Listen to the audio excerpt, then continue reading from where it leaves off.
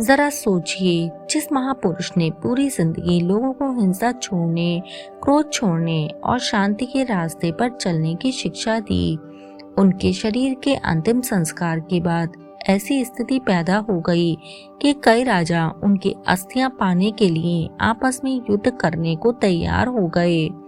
लेकिन फिर एक बुद्धिमान व्यक्ति सामने आया और उसने ऐसा फैसला किया कि युद्ध टल गया और बुद्ध की अस्थियां अलग अलग राज्यों में बांट दी गईं।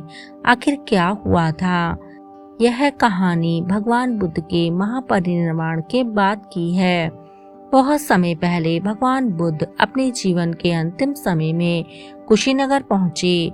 उनकी आयु उस समय 80 वर्ष की हो चुकी थी। उन्होंने अपने शिष्यों को अंतिम उपदेश दिए और अंततः कुशीनगर में महापरिनिर्वाण प्राप्त किया। बुद्ध के महापरिनिर्वाण का समाचार दूर दूर तक फैल गया। उनके शिष्य, अनुयायी और कुशीनगर के लोग बड़ी संख्या में वहां पहुंचे। सभी ने अत्यंत श्रद्धा के साथ भगवान बुद्ध का अंतिम संस्कार किया। जब अंतिम संस्कार पूरा हुआ तो बुद्ध के शरीर की अस्थियां और अवशेष वहां रह गए। अब यह समाचार दूसरे राज्यों के राजाओं और गणराज्यों तक पहुंचा। जैसे ही उन्हें पता चला कि भगवान बुद्ध के अवशेष कुशीनगर में हैं, तो वे उन्हें प्राप्त करने के लिए वहां पहुंचने लगे। कई राजाओं और गणराज्यों के प्रतिनिधि वहां एकत्र हो गए। हर कोई चाहता था कि बुद्ध की अस्थियों का एक हिस्सा उसके राज्य को मिले, ताकि वहां उनके सम्मान में स्तूप बनाया जा सके और लोग उनकी स्मृति में पूजा और श्रद्धा कर सकें। सबसे पहले लोगों ने कुशीनगर के मल्लों से कहा कि बुद्ध की अस्थियों में उनका भी हिस्सा होना चाहिए, लेकिन मल्लों ने कहा कि भगवान बुद्ध ने हमारे ही नगर में महापरिनिर्वाण प्राप्त किया है, इसलिए उनके अवशेष हमें ही मिलने चाहिए। दूसरी ओर दूसरे राजा और गणराज्य भी अपना अधिकार बता रहे थे। धीरे धीरे विवाद बढ़ने लगा। हर पक्ष कह रहा था कि बुद्ध के अवशेष उसे मिलने चाहिए। स्थिति इतनी गंभीर हो गई कि युद्ध होने की आशंका पैदा हो गई। सोचिए, बुद्ध ने जीवन भर लोगों को लड़ाई से दूर रहने की शिक्षा दी थी और अब उनके जाने के बाद उन्हीं की अस्थियों को लेकर राजा आपस में लड़ने की तैयारी कर रहे थे। तभी वहां एक ब्राह्मण आए जिनका नाम द्रोण था।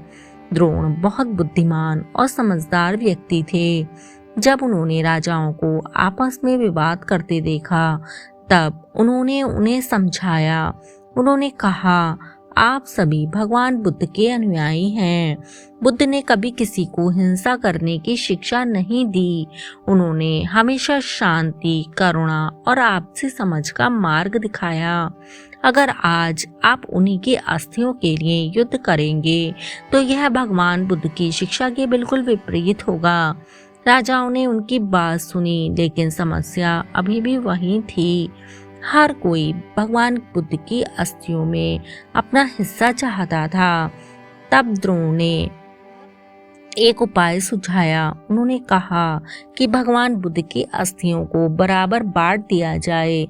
इससे किसी का अपमान नहीं होगा और सभी को बुद्ध की स्मृति अपने राज्य में रखने का अवसर मिलेगा। राजाओं ने इस बात को स्वीकार कर लिया। इसके बाद द्रोण ने बुद्ध की अस्थियों को बराबर भागों में बांटा। हर पक्ष को उसका हिस्सा मिला। इस तरह विवाद समाप्त हो गया, जो युद्ध का रूप ले सकता था। बाद की बौद्ध परंपरा में बताया जाता है कि बुद्ध की अस्थियों के इन हिस्सों पर अलग अलग स्थानों पर स्तूप बनाए गए। लोग वहां जाकर बुद्ध को याद करते थे और उनकी शिक्षाओं का स्मरण करते थे। लेकिन इस पूरी घटना में एक बात बहुत गहरी है। जिस व्यक्ति ने पूरी जिंदगी कहा कि क्रोध का उत्तर क्रोध से नहीं देना चाहिए, उसी व्यक्ति के जाने के बाद लोग उनकी अस्थियों के लिए लड़ने लगे। यह हमें बताता है कि केवल किसी महान व्यक्ति का नाम लेना पर्याप्त नहीं है। उनकी शिक्षाओं को अपने जीवन में उतारना भी जरूरी है। राजाओं के पास शक्ति थी, उनके पास सेनाएं थीं, ये चाहते तो युद्ध कर सकते थे, लेकिन द्रोण ने समझदारी से युद्ध को रोक दिया। अगर उस समय उन्होंने शांति से बात ना की होती तो बुद्ध के अंतिम अवशेषों को लेकर वहां एक बड़ा संघर्ष हो सकता था। लेकिन अंत में बुद्ध की शिक्षा की ही जीत हो गई। हिंसा नहीं हुई और अस्थियां बराबर भागों में बांट दी गईं और हर कोई बुद्ध की स्मृति अपने साथ लेकर चला गया। यह कहानी सबसे बड़ी सीख है। कभी कभी हमारा किसी चीज पर अधिकार होता है, लेकिन इसका मतलब यह नहीं कि हमें उसके लिए लड़ना ही चाहिए। कभी कभी थोड़ा सा छोड़ देना बहुत बड़े विवाद को टाल देता है या खत्म कर देता है, और कभी कभी एक शांत और समझदार व्यक्ति पूरी लड़ाई को रोक सकता है। बुद्ध ने अपने जीवन में हमेशा यही कहा था कि वैर को वैर से समाप्त नहीं किया जा सकता।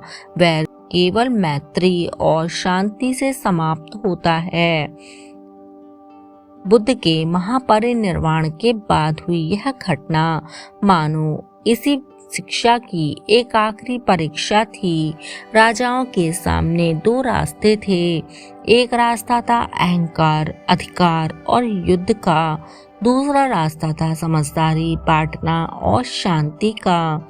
उन्होंने दूसरा रास्ता चुना। इस प्रकार बुद्ध की अस्थियां अलग अलग स्थानों पर पहुंच गईं और उनकी स्मृति दूर दूर तक फैल गई। मित्रों, भगवान बुद्ध के जीवन की यह कथा हमें यह सिखाती है कि दुनिया में सबसे बड़ी जीत किसी दूसरे को हराने में नहीं, बल्कि एक बड़े विवाद को शांति से समाप्त करने में होती है। अगर आपको भगवान बुद्ध की ऐसी ही प्राचीन और ज्ञानवर्धक कहानियाँ पसंद आती हैं तो इस वीडियो को लाइक ज़रूर करें, अपने दोस्तों और परिवार के साथ शेयर करें। मिलते हैं अगली कहानी में। धन्यवाद।